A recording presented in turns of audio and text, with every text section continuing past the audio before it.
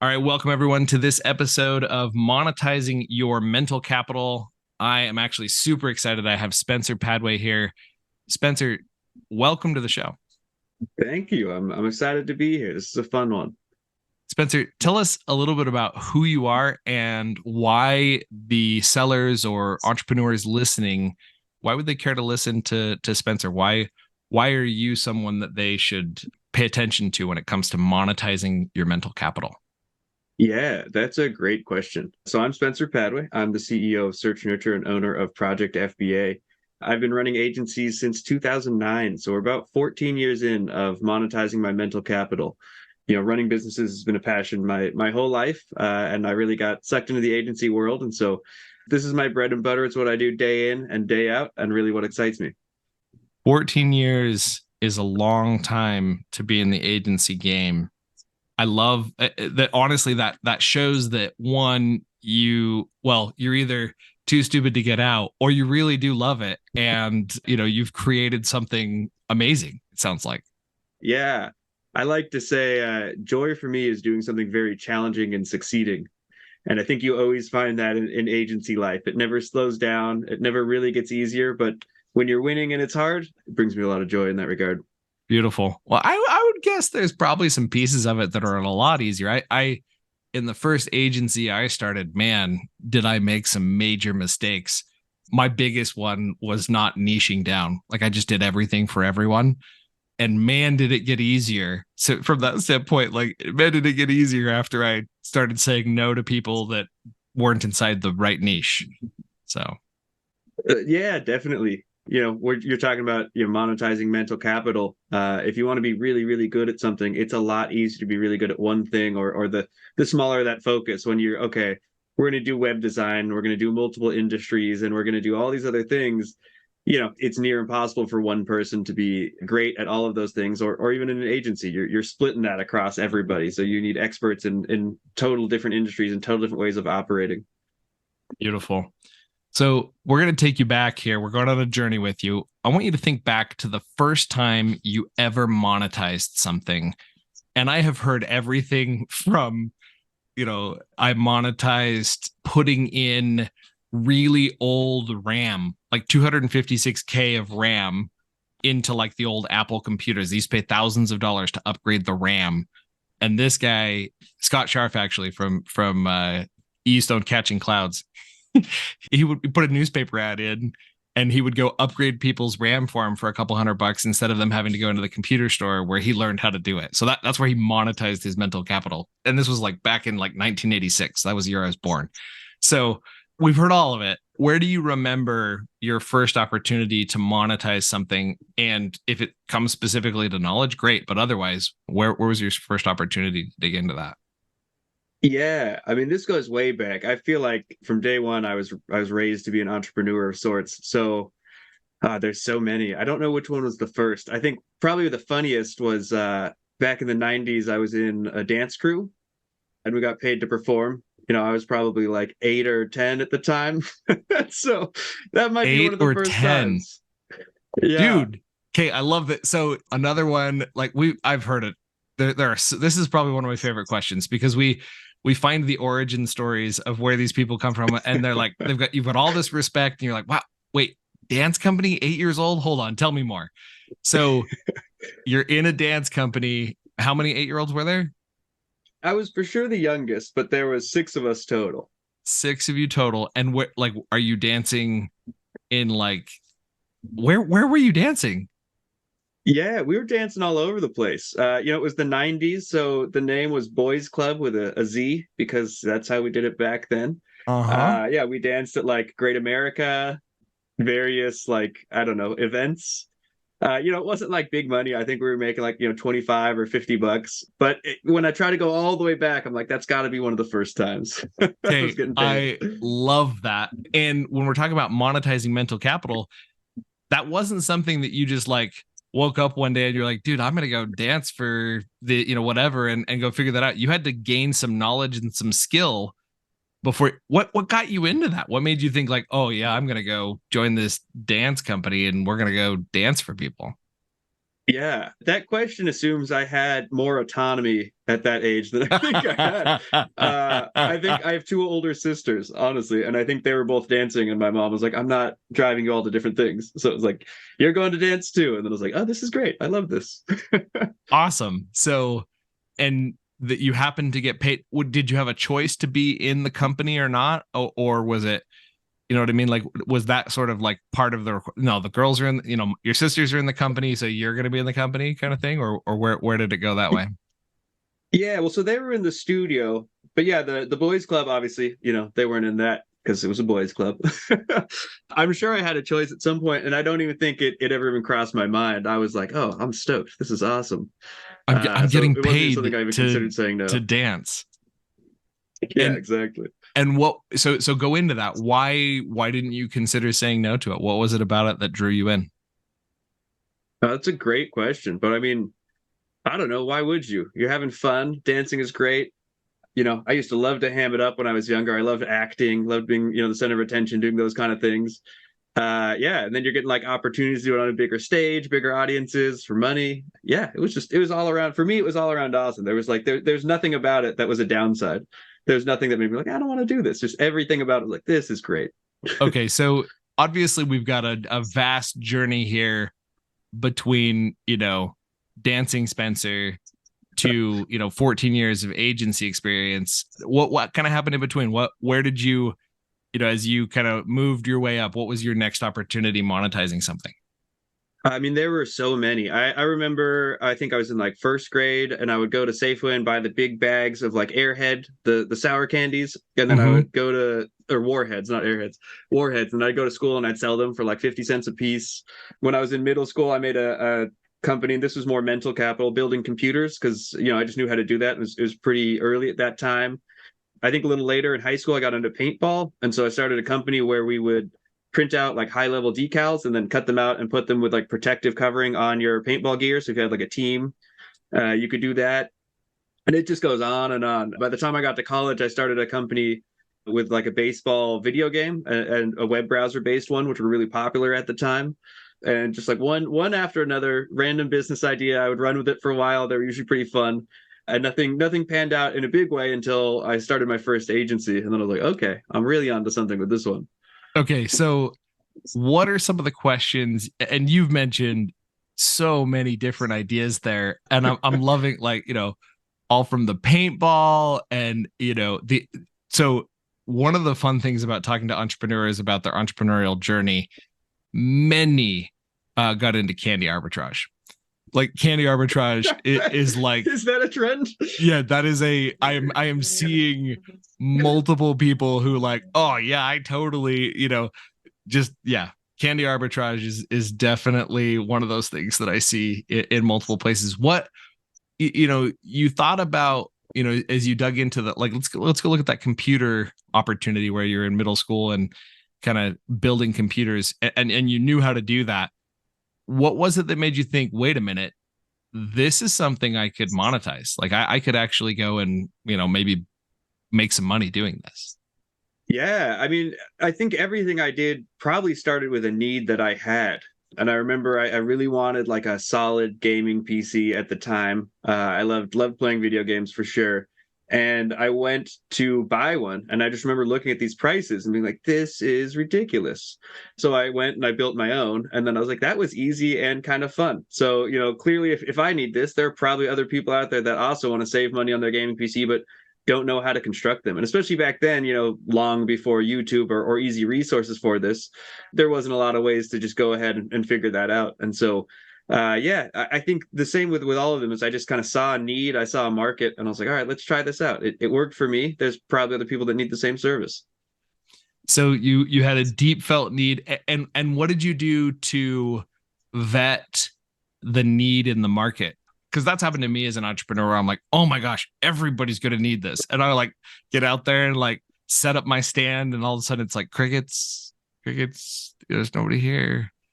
Okay, I probably either set that up in the wrong place, or I'm the only one Yeah, who yeah. needed that. How did you identify needs that weren't just your own or weren't too niche to you? At that point in my life, I don't know if I put much work into that. I think I asked my friends and was like, clearly this is a thing. I'm just going to put it on the internet and people will flock to it. There was a little bit of interest. There wasn't a ton. I think I got better at that in my later businesses, like the Mm. paintball one, right? I was at paintball fields, people were talking about it. I had a much bigger survey. I started going on forums and being like, does anyone need this? And there was a lot more interest. And so I was like, okay, this is great. And I got much better at later in my career finding out like what are actual needs and where do people that need these things congregate, and then where can you go and talk to them and ask them and see if it actually is a need or if there actually is a market. And yeah, a lot of that, I always use forums. I think is always a great one. If people are really passionate about something, there's always some kind of discussion group about it. And whether, forums take different forms now, it could be a Discord channel, a Slack, Facebook Reddit. group, but whatever kind of forum, yeah, Reddit is always a huge one. Whatever kind of forum it is, there's always going to be like a subculture, and you can go and find those people and talk to them directly. And they're usually pretty happy to talk about, needs that you're trying to solve for them.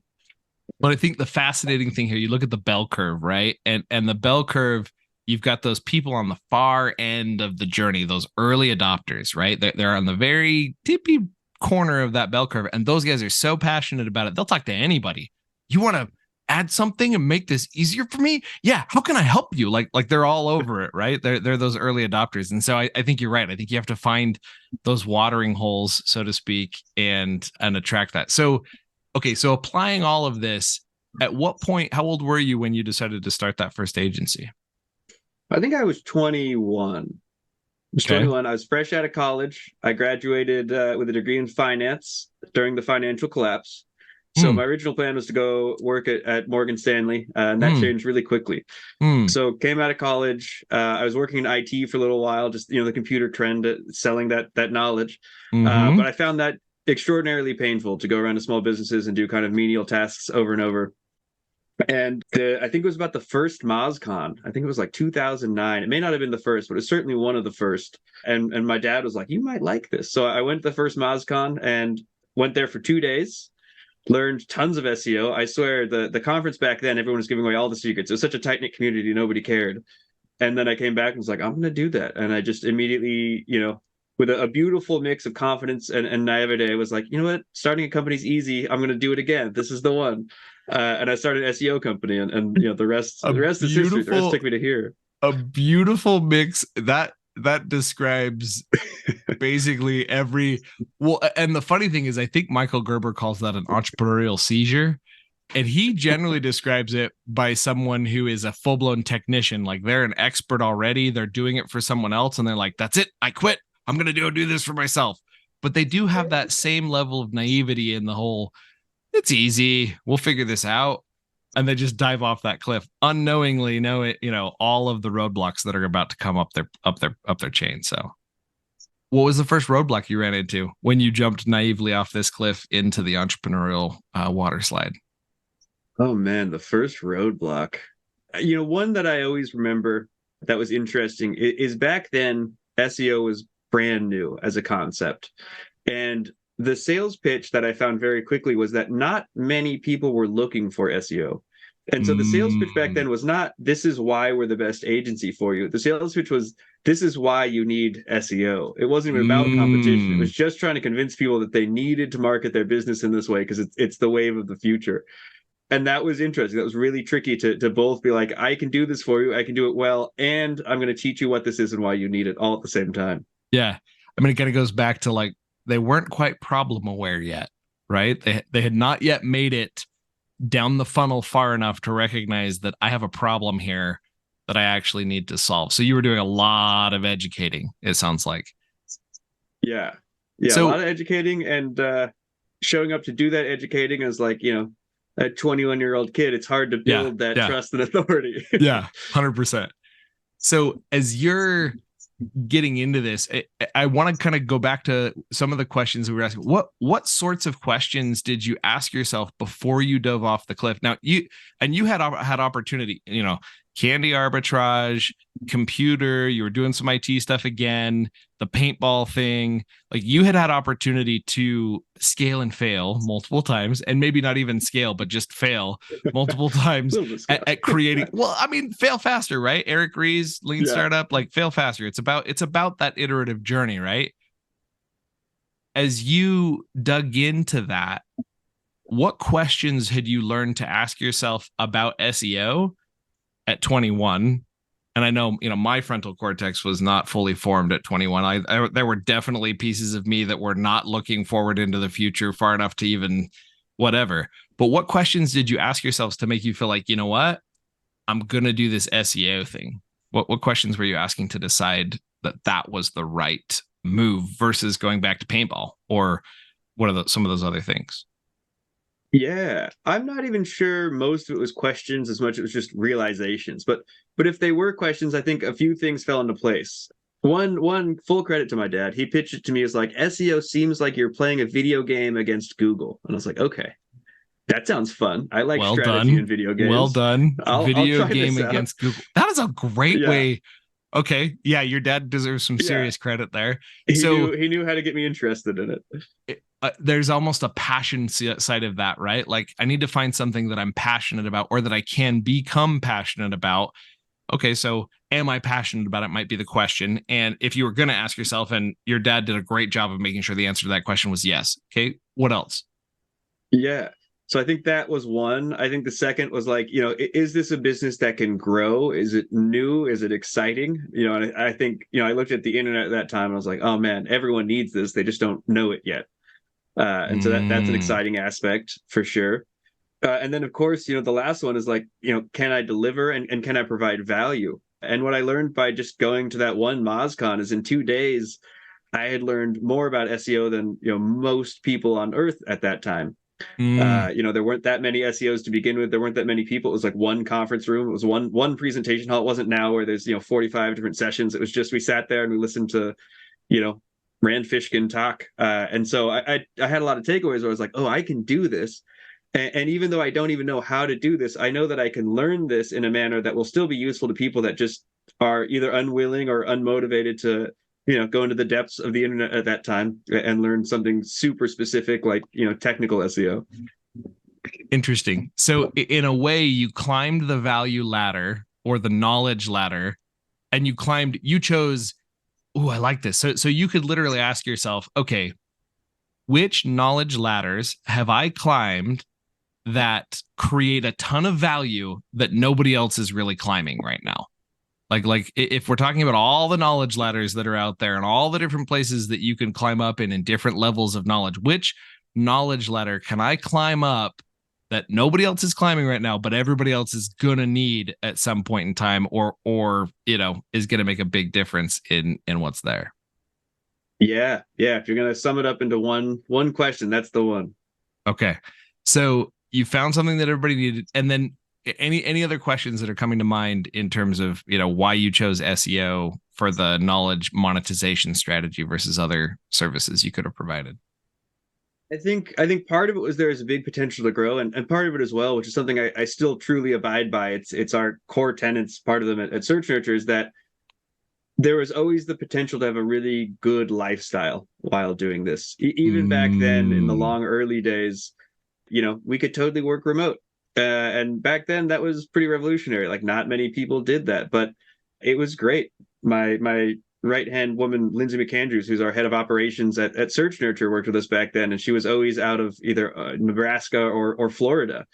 And so I also had this vision where it was like, ooh, this is going to open some new kinds of things. Like, 14 years ago, nowadays, yeah, work from home is pretty commonplace. But 14 years ago, it was like no business could ever run with employees that are just randomly scattered mm-hmm. around. And we did it. We did it for a very long time. And so that was part of it too. Is I had these dreams and aspirations of being able to travel or work flexible hours or move around or work wherever I wanted. And so I think there was also a really appealing lifestyle aspect to the concept of running an agency. I like that. So does this business have the ability to create the lifestyle I want, or does this knowledge monetization strategy create a lifestyle that's actually worth diving into? Yeah, Like it. 100%. All right. So any other roadblocks that came up for you as you Uh, began this journey of monetization? I mean, on one hand, I feel like it was all roadblocks. I know we closed some clients, which was hard. That was our first roadblock, is like, okay, we have to make some money. The second part was being a 21-year-old with no experience hiring any kind of like actual employee and then starting to scale. I remember when we got to Mm-hmm. 3 people, I was like, oh man, I'm hiring these people based mostly on gut feel. Didn't have a lot of experience with that. Didn't, it was an interesting growth process for sure, but it's an interesting way to learn a lot, is to just start by doing everything. So, I mean, at that point, man, okay, so let's go back to that first one. I needed clients. I needed to find the watering hole, so to speak, for where these individuals were. What did you do to go identify? You had the supposition, that's why you went into it, that it was going to be big. But how did you go about identifying who actually needed it, finding those clients? Yeah, well, so my father is a lawyer, was a lawyer then too, and that's where I started. I started with what I knew. So I went around and I started going to lawyer conferences and various things. Cases that lawyers get are worth tons of money, and even back then they were putting crazy amounts of money into pay-per-click. Now it's absurd, but even back then it was a lot. And so I started by going around and saying, okay, this is the market. There's lots of lawyers out there. I know the law game pretty well, and they're all going to need this service. And while I think that assumption was correct, selling lawyers is impossible. So that didn't work very long. I tried it. I don't think I signed a single law client the entire time. Okay. So hold on. You And you went in, how many did yeah, you pitch before you gave up on law clients? probably like 10, 15. Oh man. That's rough. Yeah. I love that there's a very important lesson to be learned here. Riches in the niches, right? Like you decided right off the bat, and you didn't make the same mistake I made, at least at this point in your journey. You probably made it later, but you didn't make the same mistake of saying, like, I'm going to do everything for everyone. I'm just going to do SEO for law firms. And so you pushed really hard on that. And how long did it take you to fail? How long did it take you before you were like, yeah, not doing the law firm thing, not going after these guys? Man, how long? That's a good question. I'd say it was probably like 6 months or 6 more of months. trying that Okay. until I was finally like, this isn't working at all. Yeah. And if you were to look back on it, would you have, is there a question you could have asked yourself to stop sooner? Like to be like after the fifth one, or was there something that made you hold on longer that you wish you'd come back and be like, yeah, it would have been better had I, because 6 months is a fair amount of time, but also it's a new market, right? You're trying to test it out. Any Right. insight there? I don't know if the question would have been how to stop sooner. I think what I could have done, had I had more knowledge of sales at the time, is figure out how to qualify the potential clients more. Because I mean, there's still a huge market for SEO and lawyers, and there certainly was back then. And I think my issue was, at the time, having no clients, having limited experience, I was pretty happy to take just about any client. And I think the correct move that could have changed that would have been, even back then, even when you're down and out, if you don't have any clients, still make sure that you're pre-qualifying those clients. Still make sure that you're figuring out the right ones. Figuring out who's actually spending on Google AdWords, because they at least understand the value of internet marketing. And then when you're Mm. upselling SEO, you can do that. And I think because I was happy to just pitch anyone and everyone, I was getting a lot of people that didn't have budget or didn't have buy-in on the internet at all. And so it was a much more uphill pitch to convince them to spend, a couple $1,000s a month back then. So you probably shouldn't look through the newspaper and find all the people who were advertising in the newspaper and see if they wanted to get online. That wasn't the right strategy. Honestly, that might have been even better. Because at least they were spending money on advertising, At right? least they're spending advertising. Yeah. So interesting. And I had a friend who was an agency owner, and he told me your favorite clients are the ones who have not only tried and failed, but also hired and failed. He said if you can find people who have done both of those things, they've tried it themselves. They already, those guys are problem aware, right? Man, are they problem Yeah. aware, and they're even solution aware. They know there's a solution out there, and they tried it themselves. And then they were like, "Crap, I can't do that, so I'm going to go hire somebody." And they hired the wrong guy, the cheap guy, who just totally effed it all up. And now they're ready to pay someone for realsies and let them be in control and do all that. So for me as an agency owner back then, and even when I do small consulting gigs now, like if they haven't ticked off those two things, I know there's enough fish in the sea. I'm just going to go after somebody who at least has that first problem, tried and failed themselves, if not hired and failed as well. Do you see that as well? 100%. It makes the sales process so much more easy because of what you just said. They're problem aware, right? They're like, okay, I know I need this. I know it's way too hard to learn and do myself, which is something I see that flaw in a lot of sellers where it's a challenge as a business owner. You want to do everything, you want to take everything over, but you have to focus. It's not just niching down in your industry, but what are you good at? Because you can't be the person that's Yep. doing, marketing, operations, product development, and scale. And so, yeah, I see that totally. And if they've tried an agency, you at least know, what you can do to hire, or if you've hired somebody, you go, okay, I have an idea of what I want. It didn't work that time. And as long as they still have hope that hiring will work, you get great results. I think there's a flip side of that too, which is sometimes, we'll have people come in, they're like, I've tried 9 agencies and none have worked. And we're like, okay, Ooh. the problem may not be the agencies at this point. Yes. Maybe, your budget or who you're hiring or product market fit, or, it's Yes. probably like if 9 agencies didn't do it, I'm skeptical. I'm skeptical that your problem is my service doing the job for you. I love that. That's actually a fantastic caveat to the tried and failed, hired and failed, qualification strategy. Awesome. Any other, like, as you began to go through that, so you went from an SEO agency, so was it search nurture at that point, or where did you shift towards? I mean, because you do a lot of Amazon now, right? Like, Yeah, that's a yeah. little bit of So a journey. How did you end up shifting? so that agency, Search Nurture, is 7 years old. So it's been about half my career. Okay. So the first agency was called Brandfish, and we were SEO only back then. And we partnered with another company, and they did paid ads. So, good symbiosis. And eventually we got bought by a company called Sell Points. And Sell Points was kind of an M&A play. We were acquired retargeter, we acquired a PPC, SEO, and syndication. And what Mm, SellPoint did is it played in the space between brands and retailers. So that's where the e-commerce journey started way back when mm. we all joined them. And then eventually SellPoints got purchased by a few different companies. Ultimately, right now it's Syndigo. It's owned by Syndigo. Okay. I think it is absorbed into there.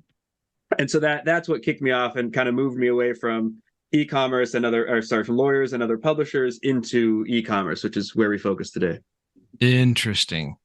So, it sounds like one of the things you were following, down that journey was watering holes, right? Trying to find the audience that had the biggest need for something that, you looked at your knowledge set and you said, okay, again, going back to those ladders, which ladders have I climbed the highest where there's the biggest need?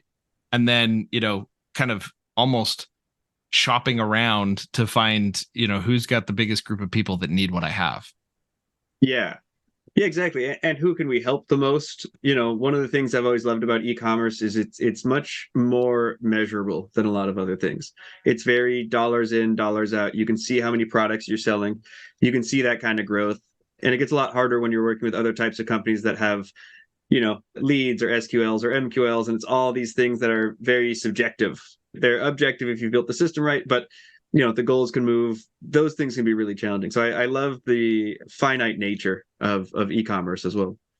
Interesting. So another qualifier that you could put on the type of knowledge to monetize would be, does this result in selling a product that has arbitrary results, meaning people could arbitrarily judge that was a good lead or a bad lead versus that was a good dollar or a bad dollar? Like that, you literally, it's a kind of finite scorecard. So it's harder to have an opinion of someone coming in. It's harder to have a bad opinion about a profitable product because, well, it's a profitable product. There's not a lot to have an opinion about beyond is it selling and does it have margin? Yeah, that's it's a simplification for sure, but exactly, it just makes things a lot more clear when we're selling this product and saying, okay, we need to hit this many sales, and it's very clear what a sale is. It's not a subjective measurement.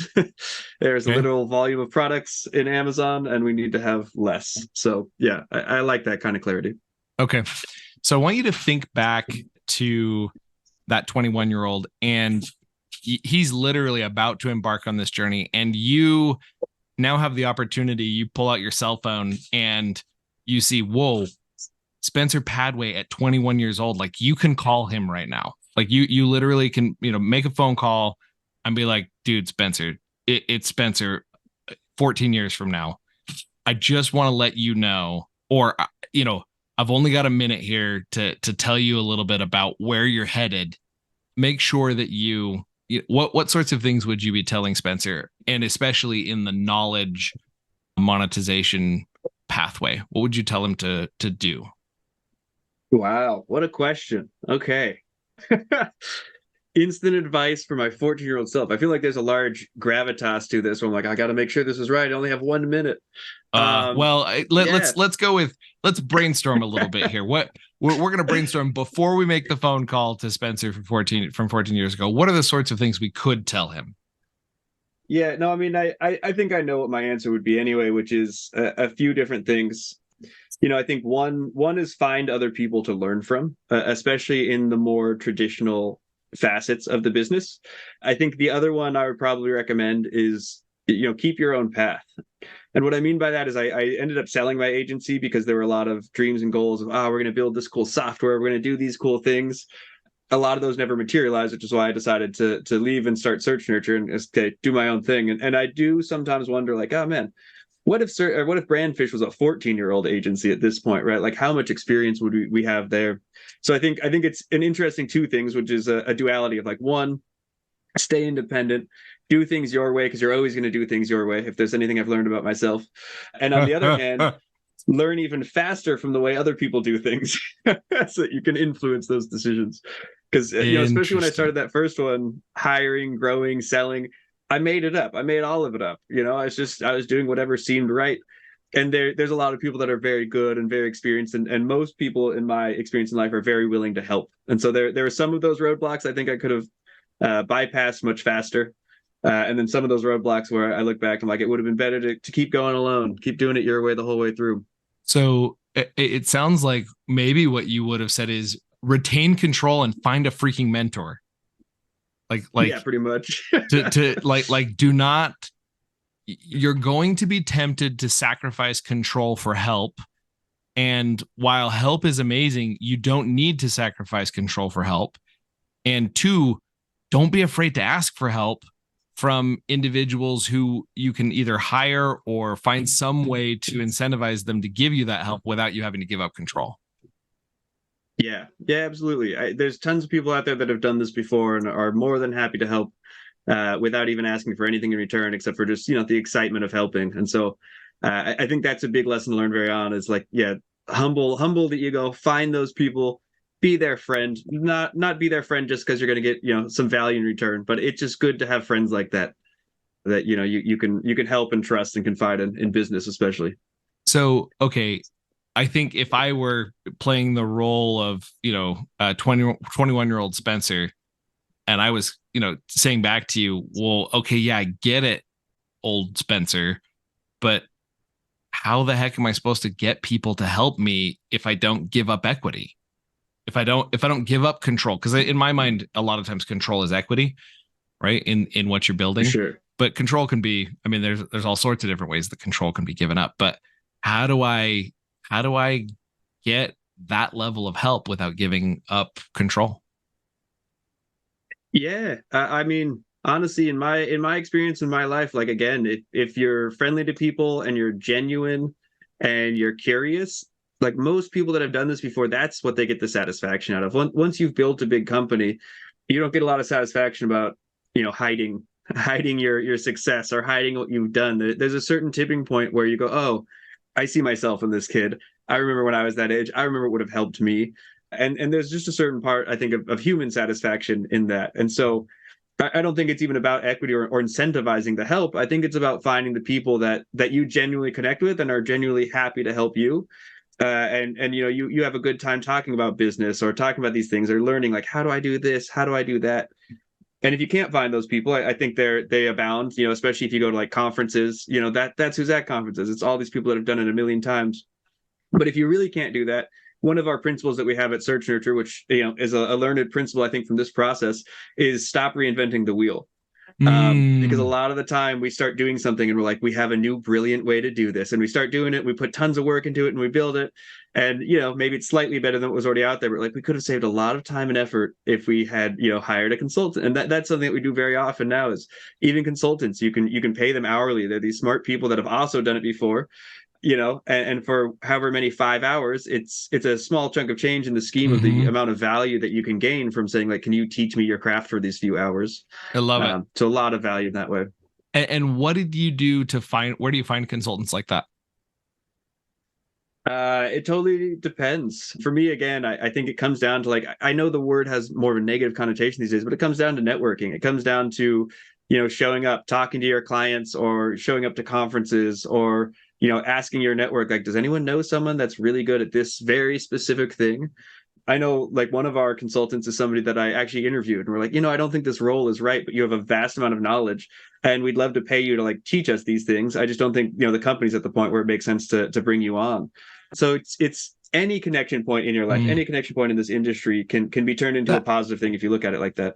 that's a super interesting. I don't think there's anything wrong with throwing up a job posting and saying, look, I'm looking for experts like this. I'm open to talking to people who have 20 years of experience and people who have 5. My budget's not high, but if you're willing to have a discussion with me, let's talk about it. And then, hey, you know what? You really are more of a consultant for us. So let's chat more about that. I don't think anybody's going to be offended by that at all. So, what a fantastic way to network and let people know you have a need. I love that. Okay. Yeah. So, shifting the call a little bit here, we've now hung up on 21-year-old Spencer. He is much better off, and all of his peers at Amazon who are beginning to look at their journey, or these e-commerce sellers that are beginning to look at their journey of, like, man, how do I monetize my knowledge? They appreciate you for those nuggets of wisdom. What we're going to do now is we're going to give you 60 seconds. We're going to imagine that you've stepped into an elevator with an Amazon seller. And during those 60 seconds, you're going to speak to the pain that you solve at Search Nurture. So what is that pain? And I'm going to time you. So I'll give you like a 5, 4, 3, 2, 1. Sometimes I've had people be like, and I'm done. And I'm like, that was 30 seconds. Nice work.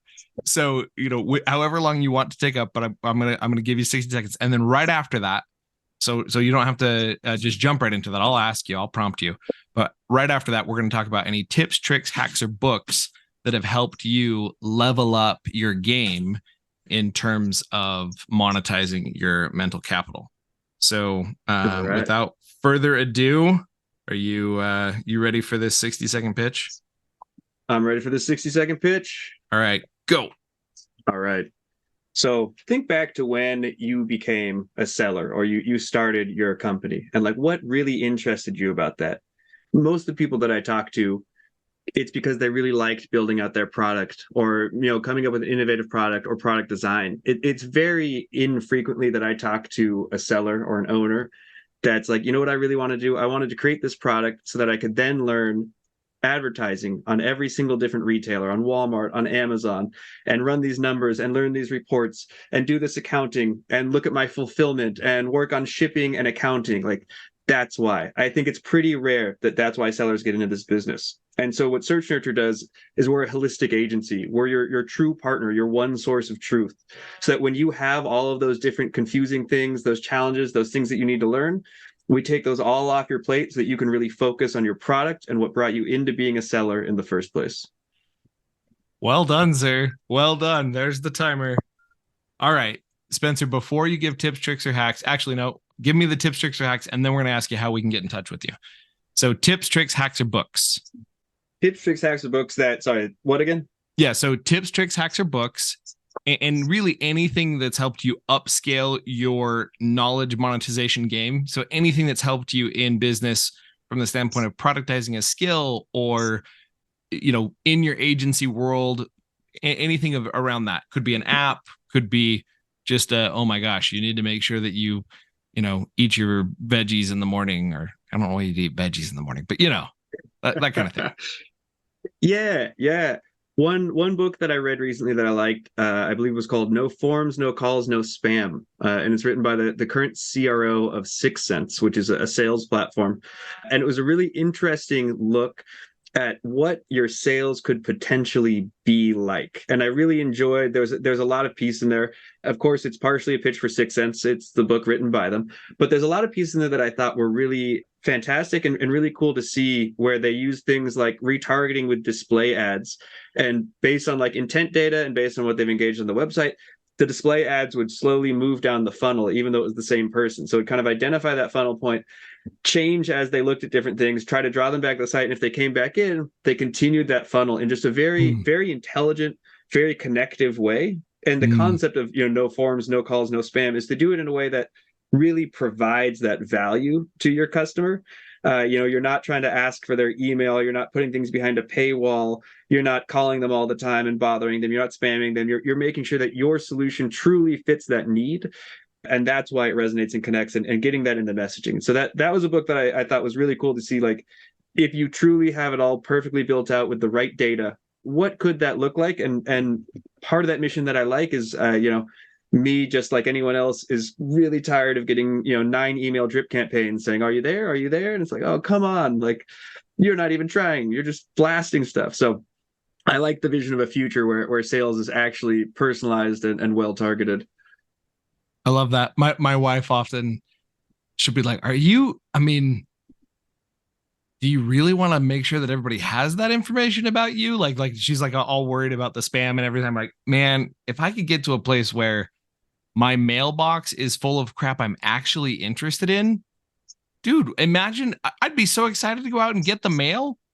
It wouldn't be full of crap that was like, man, I don't care about any of this. Like, if I could get to a place where like they actually knew what I was looking for. And so there's this fine line between like privacy and all of those other sides of it. But man, it would be fantastic not to get spam anymore. So 100%.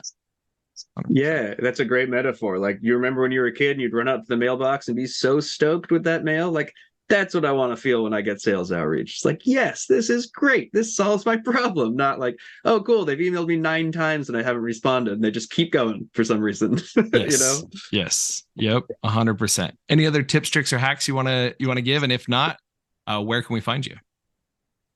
Yeah, I think let's jump to where you can find us. So searchnurture.com is our agency website. And if you are an Amazon seller and you're looking for more information on how to, or the best tools to use, go to projectfba.com, which is a great resource for sellers to help learn a little bit more of that DIY until you're ready to bring on someone to help you with all of that, like Search Nurture. Beautiful. Well, thanks, Spencer. Lots of great nuggets there in the knowledge monetization journey. We will take it out from there. All right. Thank you. It's great to be here.